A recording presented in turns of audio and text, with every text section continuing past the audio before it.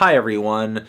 Over 9,000 here, the internet's busiest music nerd. And it's time for a review of the new Rosalia album, Los Angeles. This is the debut album from contemporary Spanish folk singer Rosalia, featuring longtime composer and multi-instrumentalist and producer Raul Refri on pretty much every single track. And this record was truly a hidden gem for me this year. I went trolling through the internet looking for esoteric and obscure albums that I might have been interested or forgot about or wanted to return to this year. Just kind of checking to see, hey, should I review this? Do I need to review this? Is this something that I love and I'm going to regret if I don't talk about it because it could end up on my year-end list? I was also doing this in preparation for my 15 underappreciated albums of 2017 video, which you should watch. And I was filing through dozens and dozens and dozens of records, and finally this one just stopped me in my friggin' tracks. I mean, it was like a hard stop. It was like a stop on a dime stop. It was a stop! I was just hit with this stunningly beautiful Spanish folk music with these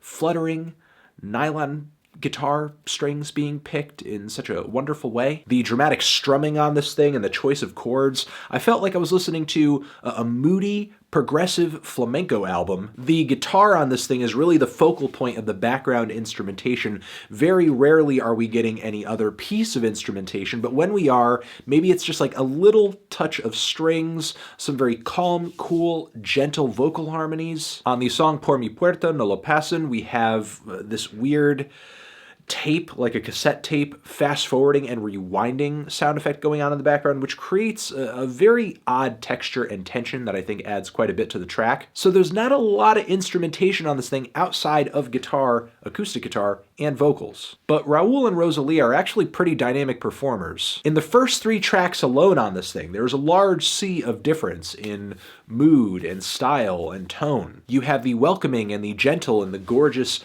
opening track on this thing, which feels almost like a lullaby. It's one of the most beautiful songs on the entire record, and eventually it morphs into this incredibly sad tune with these weeping string sections. Then you have the really dramatic and hard-hitting De Plata, which features these aggressive and very fastly strummed guitar chords, this echo that is enveloping, it's soaking the song. It just resonates off of Rosalia's vocals, which have this incredibly tight vibrato. Her vibrato is actually like acrobatic. It is that tight, it's that incredible, it's that fast. And with the speed and just the intensity with which she's singing, it's like I'm listening to a call to prayer. And the incredibly subtle Nos Quedamos Solitos makes creative use of silence and volume to create tension and swells of emotion. Gorgeous, gentle vocal harmonies at the finish of this thing, and the guitar playing on this thing has this huge classical influence coming off of it. So the shifts in style and emotion are here on this album. It's just that they're not overt changes because the baseline instrumentation remains the same. And it's not really something that needs to change because the performances on this thing are so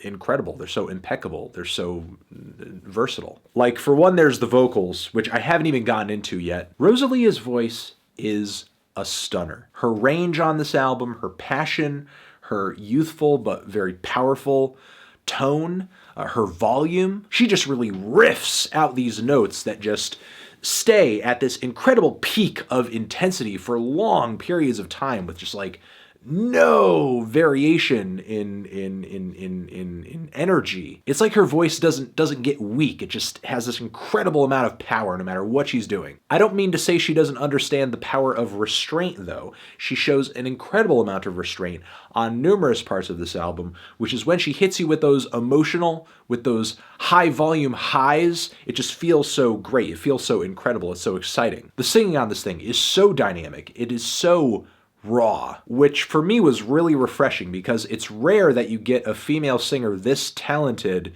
who is recording an album that is this raw, this intimate, as you would typically expect the music industry to push someone like Rosalia into the overproduced world of pop music, where her voice is obviously going to be doctored and doctored and doctored, and then wrapped in a bunch of lifeless production. One of the few alterations consistently made to Rosalia's voice on this record is just that she gets a splash of echo, a splash of reverb, which when that hits, it's like her voice becomes this all-enveloping bullhorn sound that just fills my head. She just has an incredible voice on this record, one that, if honed, will only become more interesting with time. As far as the song structures on this thing go, it really is a range. There are some tracks on this thing that are sort of long, meditative cuts that are a little patience testing, but they still come to a strong conclusion. And then there are cuts on here that are more straightforward, rootsy folk ballads with twangy guitar overdubs or really endearing vocal harmonies like Te Venero or La Hija de Juan Simon. And then there are a handful of songs on this thing that are super short or maybe a little redundant and come to a somewhat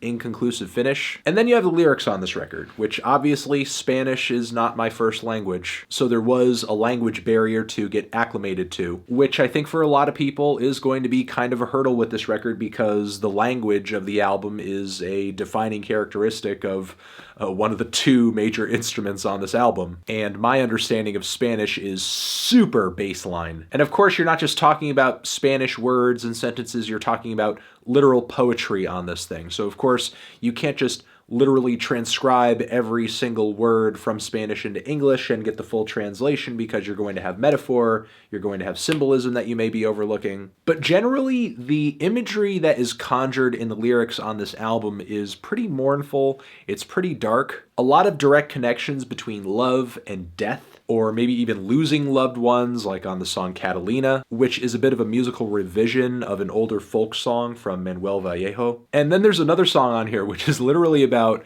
one brother going to wake up another brother at 2 a.m. to tell him that their mother died. So again, very mournful and a very morbid album too. The music on this thing is beautiful and it is inspiring, but it is not a feel-good album, that's for sure. Now, strangely enough, this entire album is topped off with a Bonnie Prince Billy cover of the song I See a Darkness, which is sung in English. Not one of my favorite tracks on the entire record because I think the guitar playing could have been a little bit more interesting. I think the duo on this thing could have taken a little more liberties with the original song, like they did with much of the source material that a lot of these songs are based off of, because many of the tracks in the track listing here are not actually entirely original. They are based off of older Spanish folk music song too, which is really one of my favorite things about it, that these artists are taking from something old, lifting that to create something new, which is in essence what folk song is all about. Folk music at its roots is kind of like a game of musical telephone, passing down melodies and stories for generations, which is a tradition that has kind of been lost in this age of popular music and contemporary copyright law. So it's great to hear a new album that is quite literally keeping that tradition alive and doing it beautifully. I'm thoroughly impressed by this album. A few tracks here and there I thought paled in comparison to others, and obviously it would be interesting to hear Rosalía take advantage of more instrumentation, maybe more guest musicians in the future. But this is a very strong and well-performed album, and again, total stunner for me. I'm feeling a decent strong 8 on this thing. Transition. Have you given this album a listen? Did you love it? Did you hate it? What would you rate it? You're the best, you're the best. What should I review next? Hit the like if you like. Please subscribe and please don't cry. Over here next to my head is a folky album review that you can check out, or you can click on the link to subscribe to the channel. I'll see you guys in the next one. Forever.